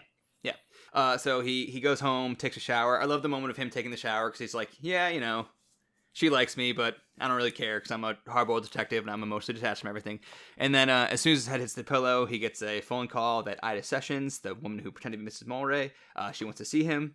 So he goes to Ida Sessions' house the next day and finds her dead. Yeah, I was going to say, her house. He gets a call, but it's not from it's a man. Ida Sessions. Man's it's voice. a man saying that she wants to see Ida you. Sessions wants to see you, yeah. And I like the scene. I like the way that's shot when he goes to her house and like, it's kind of shot a bit like a horror movie where like he's walking around the house, he sees like a head of lettuce on the ground in the kitchen, and then the camera pans and you see like more groceries in the kitchen, and then the camera pans more and you see her feet, and then you see her dead on the ground. Yeah, this is one of one of the scenes that stands out to me as well done visually, that you don't get to see anything before Jake is seeing things. Yes. And very well executed. And the guy who made this movie also made Rosemary's Baby, which is one of the best horror movies of all time.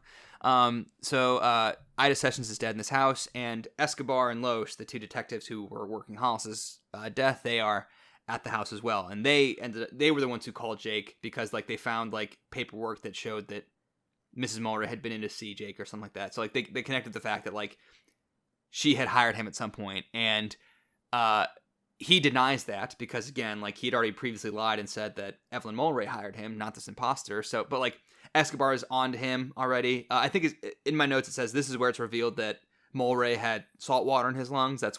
So like Escobar is basically putting this together that Mulray was murdered because he had salt water in his lungs. He was found in a freshwater reservoir. So someone drowned him and then moved him to make it look like a suicide.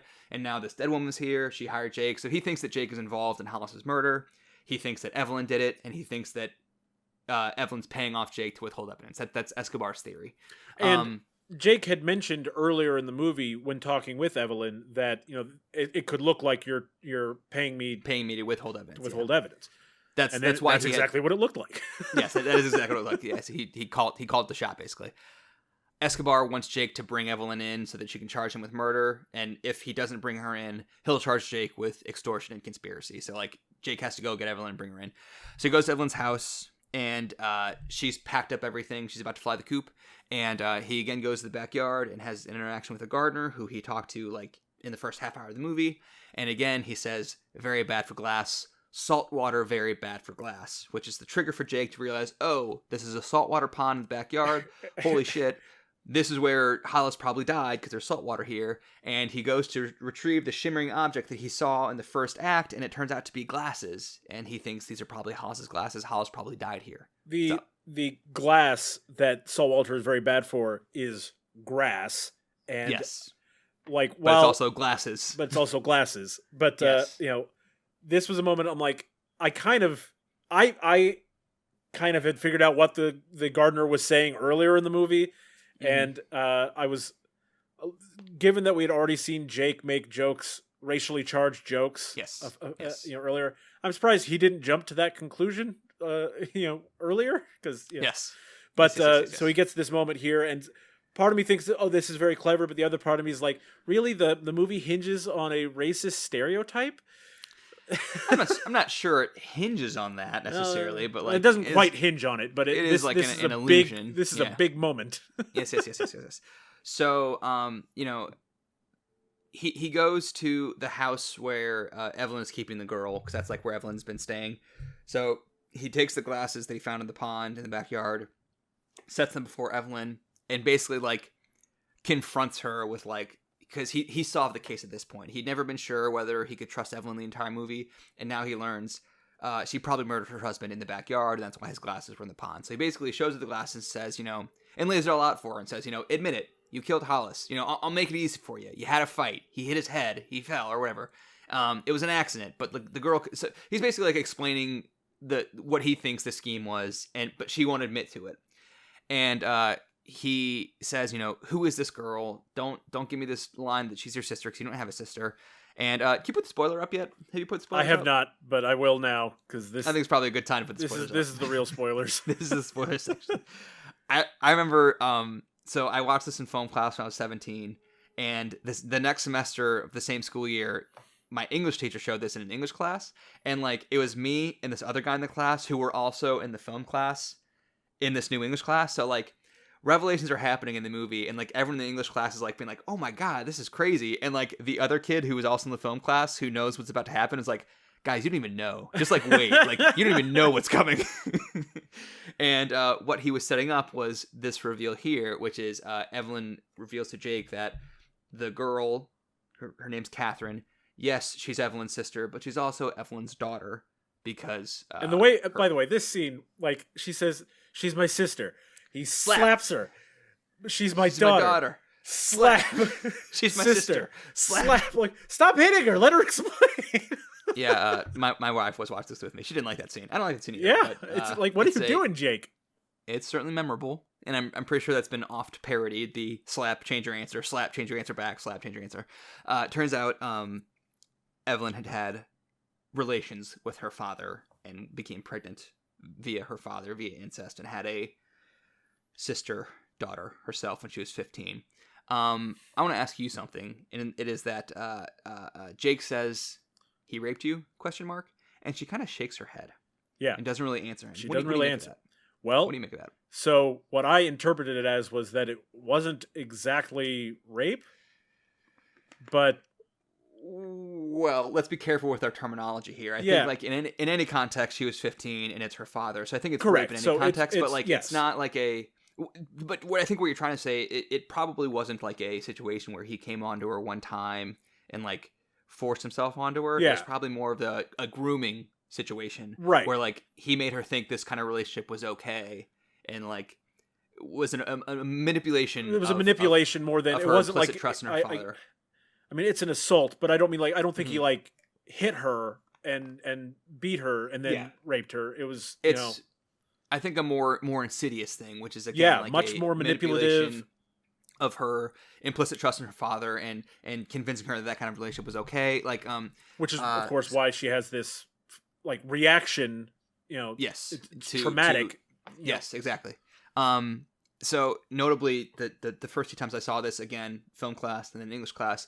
English class was taught by a female teacher, and she kind of framed it a different way than the male film teacher did. I kind of just, the first time I watched it, I'm like, oh yeah, obviously it's a rape, and I kind of didn't even clock the fact that she kind of shakes her head when he asked her if it was rape.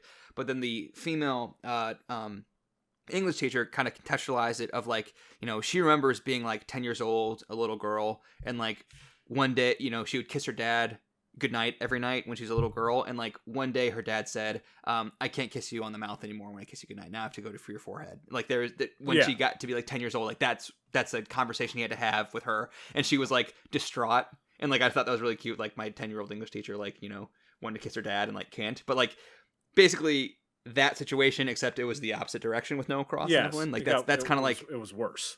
How she contextualized how this child came into the world, which is again a very insidious, terrible, monstrous thing. And Jake takes pity on her immediately, which is good. And this also kind of explains how she ended up marrying her father's business partner. Is she says Hollis came and took care of me. that's basically why she married him, is like he saw what had happened and married her and got her took care of her, got her out of Noah Cross's orbit, and so Jake wants to help her escape because, again, takes pity on her. He has to bring her into Escobar, otherwise he's going to face charges himself, but he still wants to help her escape, which I think speaks to his principles and his morals. He's not just saving his own skin, he wants to do the right thing here. She says, oh, by the way, those aren't Hollis's glasses, the glasses you found in the pond, because Hollis didn't wear bifocals, and those are bifocals, so those aren't Hollis's glasses. So he tells her to go to her butler's house, which is at 1712 Alameda, and he calls his associate.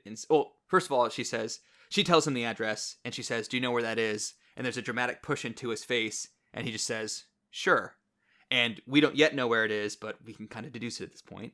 And he calls his associate Walsh and says, meet me at 1712 Alameda. And Walsh says, Jesus, that's in Chinatown, isn't it? And Jake says, I know where it is, and just hangs up the phone. So again, Jake, after alluding to and talking about Chinatown 4 or 5 times this movie, must now return to the place that he is afraid to return to. What's up? So you live in Los Angeles. I do. You been to Chinatown?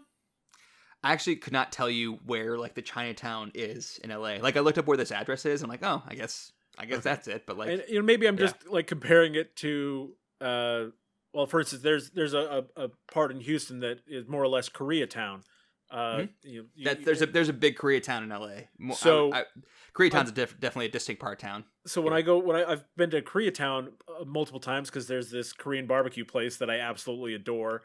And so whenever I go there, I'm like, this, I was comparing it to like Chinatown, the movie, like the way they talk about Chinatown makes me think that Chinatown is some awful place. And I'm like, is it? Or like, I don't know. Is Chinatown a dangerous part of town in Los Angeles? I don't know. Maybe it was in the 30s. Maybe it was in the 30s. But the one thing I want to bring this up here, because this is, again, we got yet another mention of Chinatown. All of the servants that Evelyn has hired for her family are of Asian descent. Every single one of them. And very notably, yes. It's not like she's like rude to them or anything like that, but they're and I wonder if this was a thematic choice for the movie, that they're all treated as lesser, not like angrily, like you are beneath me, but just the way they talk to them, impolitely, they're impolite. It's almost like they're beyond notice. They're cursory, and it leads me to believe that all of the problems in Chinatown are not the fault of the residents of Chinatown, is kind of the vibe I get from it. I think, he talks about the corruption, the crime that happens there. He at least alludes to it, but he never like says it's like, the Chinese people who live there that are the problem. Yeah. Notably, I want to pull up this quote I found from Wikipedia, or not a quote, but apparently Robert Towne took the title of the movie and the exchange, "What'd you do in Chinatown?" as little as possible, from a Hungarian vice cop who had worked in Chinatown, and explained to Robert Towne that because of the complicated array of dialects and gangs in Los Angeles' Chinatown, it made it impossible for the police to know whether their interventions were helping the victims or furthering their exploitation. So again, like, I guess like the fact that it's like a cultural melting pot, like kind of complicated police work, I guess. Okay. And that's why you do as little as possible. I just thought it was interesting that, they keep referring to Chinatown, but the only times we see anything like bad happening, it's the white people. Yeah, sure. Yeah, that's a good point to make. Yes. So Escobar shows up to this house that Jake is at. Evelyn and the girl leave, but Jake stays there so he can deal with Escobar. Escobar and Los show up. Jake says, "I'll take you to where Evelyn is. It's this place in San Pedro." So they drive him there, and he says, "Just give me a few minutes to go in and get her." And Escobar says, "You never learn, do you, Jake?" Which, again, is good foreshadowing of Jake making the same mistake twice and not letting sleeping dogs lie and never learning from his mistakes. So Jake goes in. Turns out it's not Evelyn's house. It's actually Curly's house from the opening scene, Burt Young. And I love, like, the small detail. They don't really, like, comment on it, but I love, like, the detail that, like, he knocks on Curly's door, his wife answers the door and she's a black guy, and like they don't comment on that. And Curly says, "Hey, this is the guy from," and she says, "I know." I know. Yes, exactly. So like, this kind of calls into question the integrity of Jake's work, because like she clearly has a black eye because Curly found out she was cheating on him because of Jake's pictures and beat her for it. So like Jake's actions directly led to this, arguably. So like, again, they don't really hang a lantern on that, but I just really like that detail. It's one of those things where like you're not actually sure if the work you're doing is helping or not, and in this case, that's a great connection. Yes, good dot to connect there. So he has Curly basically get him out of the house so he can avoid Escobar and Loesch, and he takes her to he basically says, "Curly, can you get these people out of the country tonight? They need to make an escape, and the police are after them." Blah blah blah blah. He goes back to Evelyn's house and calls Noah Cross and says, "I found the girl. Come meet me." And Noah Cross comes to Evelyn's house, and they have this conversation at the house where Jake reveals, "I know you killed Hollis in this pool here, and the reason I know that is because you wear bifocals, and therefore you killed Hollis." Which he got him to confirm by making him read the obituary. Yes. Can you read this? Hold on, let me check my glasses. Oh, okay. Just the fact that you were reading glasses confirms you're the bad guy here. So, super insidious conversation with Noah Cross with a lot of really good lines. He basically explains the scheme, the water scheme, to him, which is that we bought all this land for pennies on the dollar, and now we are diverting water to that land so that it will be worth millions of dollars. And he says you either bring the water to LA or you bring LA to the water. So he wants to incorporate the valley into the city of LA so that the water supply will be shared with everything up there, which is currently the case, by the way. The San Fernando Valley, which is where I currently live, where I'm currently sitting, is incorporated into the city of LA. And I guess it wasn't always incorporated in the city of LA, but at some point it was. I'm not sure it was done in this fashion, but Robert Town is using the actual history of the city and kind of fictionalizing. Well, and this is one of those classic moments where the villain, reveals his whole plot because he thinks there's nothing nothing the protagonist can do to stop it.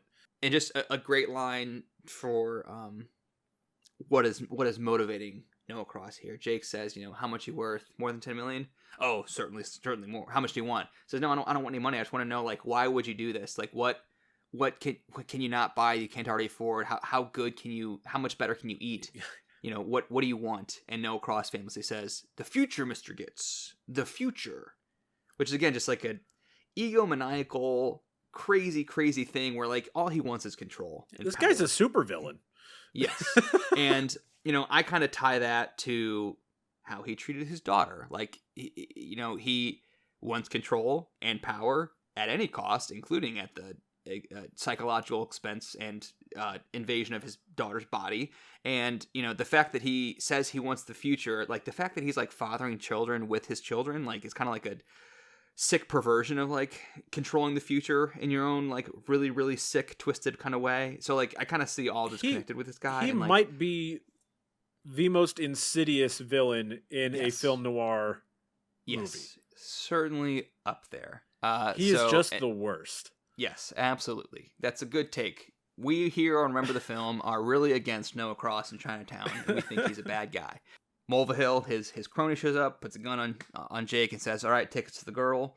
So Jake has to drive Cross and Mulvihill to Chinatown, where Evelyn and Catherine are waiting, and his associates, Walsh and Duffy, are already arrested at this point because Escobar beat him there, basically. And so Escobar and Loesch are there, and they want to arrest Jake as well. And Jake tries to explain everything in like a quick, succinct way, and he can't. Like Escobar's just like prepared to arrest him, and Jake's just like, "No, listen to me, Lou. Listen. Like he's crazy. He's rich. He killed Mulray. He's trying to explain the whole thing, and he can't because Loesch is just like not having any of it." Yeah, and Cross is so aware that he's going to get away with this that he's like, "I am Noah Cross." And yes. And Escobar eventually is hurt enough and says, handcuff him to that whatever, and like just the stunned look of disbelief on Jack Nicholson's face as he's dragged away, like, "Lou, listen to me. You're not listening. You're gonna let him get away with it." Like just the look of disbelief on his face, like it's always stayed with me. And Evelyn and Catherine appear, and she pulls a gun on Noah Cross, and Jake says, "Evelyn, let the police handle this. And she says he owns the police. Which, again, is a very scary, insidious thing. Like, what are you supposed to do? Like, like, you can't rely on anything, so you kind of have to pull a gun on this guy and take care of things yourself, because otherwise it won't get taken care of. She shoots Noah Cross in the arm, and she drives away with Catherine, and Escobar shoots his gun in the air, try to get them to come back, and then Escobar shoots at the car as it's driving away. Jake, who is handcuffed to the other detective, Loesch, he tackles Escobar basically to get him to stop firing at Evelyn, and because he does that, that gives Loesch, the other guy, a clear shot at the car, fires off a few rounds, and then we hear the horn honking in the distance. And what a great way to stage this scene, where like we're still like where Jake is, so the car's like far off in the distance. The car stops 100 feet away. We hear the horn, and then after the horn blares for about 5 seconds, we hear the girl scream. Yeah. So it's just... It's a really good scream, too. Brake lights in the distance, horn honking, scream from the girl, and, like, what happened. And so the detectives and Jake and his associates run up to the car, and Evelyn had been shot through the back of the head, and Noah Cross comes and just basically takes Catherine away, and what fate awaits her, which is very scary and insidious. And Escobar says, cut them all loose. He lets Jake go, he lets his guys go, and Jake kind of mutters to him. Jake is just in stunned disbelief, staring at Evelyn's dead body, and just kind of mutters under his breath as little as possible, which is again a callback to what he'd been doing in Chinatown previously. Then Escobar turns to Jake's associates and says, you want to do your partner a big favor? Take him home. Get him out of here. And they kind of lead Jake away. And what does Walsh say to Jake, Grizz? Come on, Jake. Forget it. It's Chinatown. Forget it, Jake. It's Chinatown. Forget it, Jake. Which it's is Chinatown. Oh my goodness! Which is like you're going to say this is the sort of thing that happens in Chinatown? Well, what he's saying is that like this is why we are detached and emotionless, is because if you get involved emotionally, this is what's going to happen. And like no matter what actions you take, the bad guys are going to get away with it because they own everything. They own the police. They own the water supply. Like, and you can't stop them. And any effort you do to try to fix things will just make things worse, which is why we do as little as possible. So, like, Jake, forget it. I guess don't care about this. It's Chinatown. Like, what can you do? Like, well, right. Throw your hands in the air. And I guess based on how they've talked about it throughout the whole movie, that makes sense. I just think it sort of sounds like, like, what are you going to do? This is just how things work in Chinatown. It's like, but no, all the other people who were just like at the restaurants and in the area, they weren't shooting people and committing crimes. It was all these people who came in out of nowhere. Sure, but those people who came out of nowhere are still there doing the crimes. I mean, like the implication is that, like, well, this is in Chinatown, so it was inevitable. It's well, I mean, yeah. It sounds like you're kind of lashing against the xenophobia of like the area of Chinatown being the rough spot. So like, let's just pretend that it's, I don't know, Boyle Heights. Forget it, Jake. It's Boyle Heights, which is another part of LA. Yeah. Okay. Fair enough. I mean, you're right, and it could be that's where I'm lashing onto it. And I will say that the fact that the movie like kind of starts with racial jokes, kind of sets me in that mindset for the entire movie that I'm like, I'm not gonna love all these people. yeah. I mean, there's a lot of not great racist jokes. I'm not gonna defend any of those. Right? No, of course not. Of course, it's terrible. Yeah. Yeah, but like, so maybe that sets me up this whole time to be kind of like on edge about like about it. And again, this is a hindsight thing that I those sort of jokes were much more common in the 1970s when this movie was made, and certainly much more common in the 90s, even in the 1930s. I mean, yeah, you're right. Yes. Like, so like it makes sense for the movie, and I don't want to take away from it for that, but it is one of those things. It's hard to separate. Yeah. When you've learned things as growing up, like learned what things are not okay, or you know what I mean. You know what I'm getting at. I know. And all that aside, that's Chinatown, and I think it's like one of the more perfectly written movies in history, in my mind. Like, again, the WGA has it behind Casablanca and The Godfather as their best screenplays. I think the screenplay is way better than Casablanca or The Godfather. But I mean, I'm also inclined to like this. Do you have any issue and this isn't a thing that's only exclusive to Chinatown. This happens a lot. Do you ever have a problem with movies where the entire movie could have been prevented if people just talked? Like if she had explained her relationship to her father the first time it came up, why would she do that? I mean, I know it's the great shame of her life, like because he could have helped. That's she doesn't know that yet. Though. I know, but that also like he owns the police. That's also like the benefit of him being a private eye. He's not a part of a police force. He is just his own person. Sure. So like. He could potentially be in Noah Cross's pocket. Eventually, he actually literally is in his pocket because he's hired by the guy. But, yeah, I take your point. But I think that the people not talking to each other and keeping their secrets is very defensible in this case. Like, I think the secrets that people keep, it makes sense. Pretty well justified that they want to keep those secrets secret. I don't know. Yeah. Yes. I agree. It is an excellent script, and I love all the way through, like we talked about, the ability to follow along the entire movie and arrive to the same conclusions that Jake does. And you feel like it feels rewarding when you're doing that. It's not like it's not a super easy mystery to solve, but it is easy in the sense that you can solve it if you just follow along. Yes. And like I said, like the movie doesn't really have like an ounce of fat on it. Like even Curly in the opening scene, who we just have here just to show you what Jake does and his demeanor, he comes back at some point to like kind of help Jake escape. And I really love how every scene interaction, like every scene kind of like has its own little 3-act structure. Basically has a beginning, middle, and end. Every scene, the rule of thumb for a screenplay is like every scene has to either advance the plot or reveal character, and if it doesn't do either of those things, cut it because you don't need it.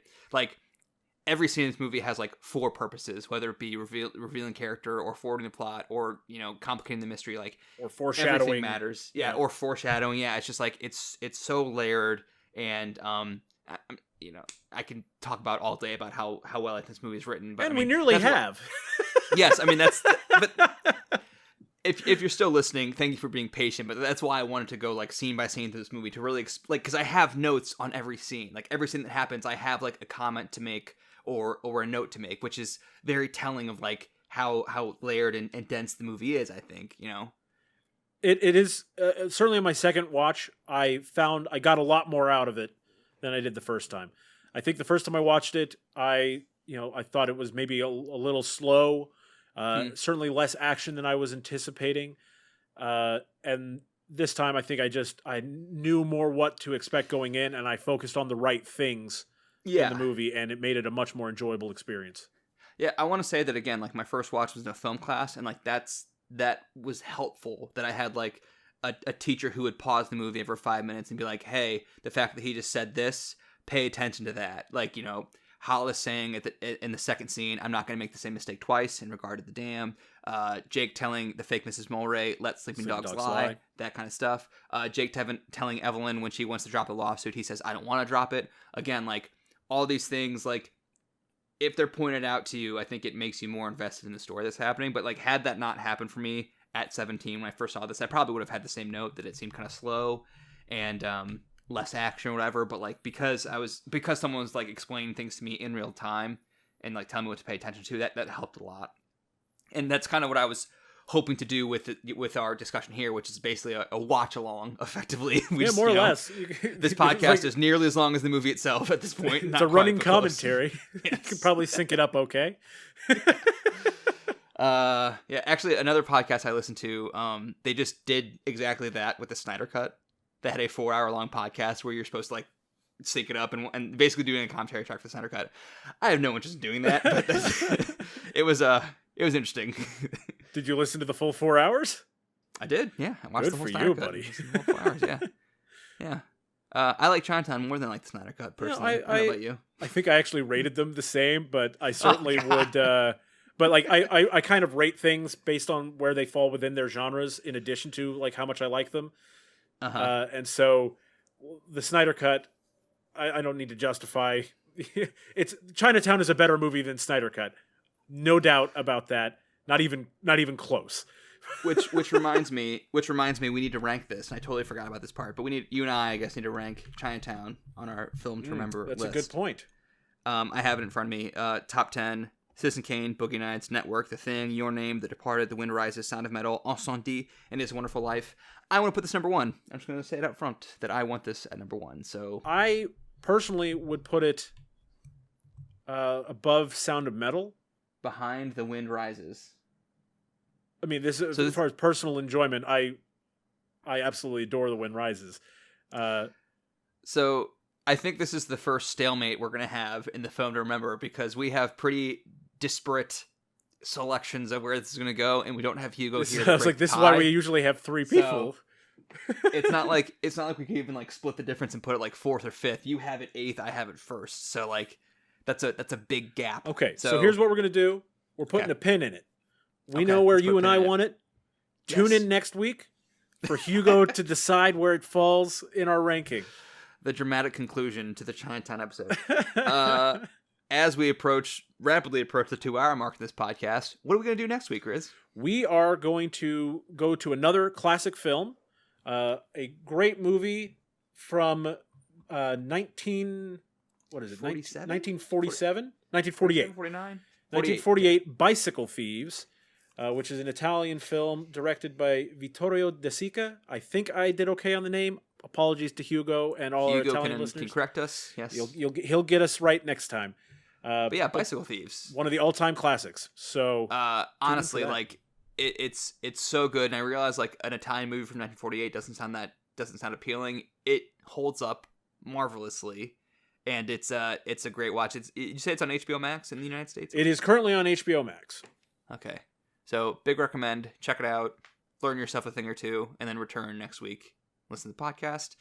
In the meantime, rate, review, subscribe, rate us 5 stars, comment stuff on YouTube. Follow us on Twitter at RTF_pod. Follow us at our respective handles. Please visit twitch.tv/GoodGameGrizz for my gaming live streams, and follow me on Twitter at GoodGameGrizz. Follow my YouTube channel, Movies I Love, and so can you. I have a video about Chinatown, and I also have a video about the Best Picture nominees that just happened in the most recent Oscar, so check me out there. Anything else? Forget it. It's Chinatown. Anything? No, that's good. That's a good way to... right. Let's end it on that. Forget it. It's Chinatown. All right. See you guys. Thanks for sticking with us for 2 hours. Bye, everybody.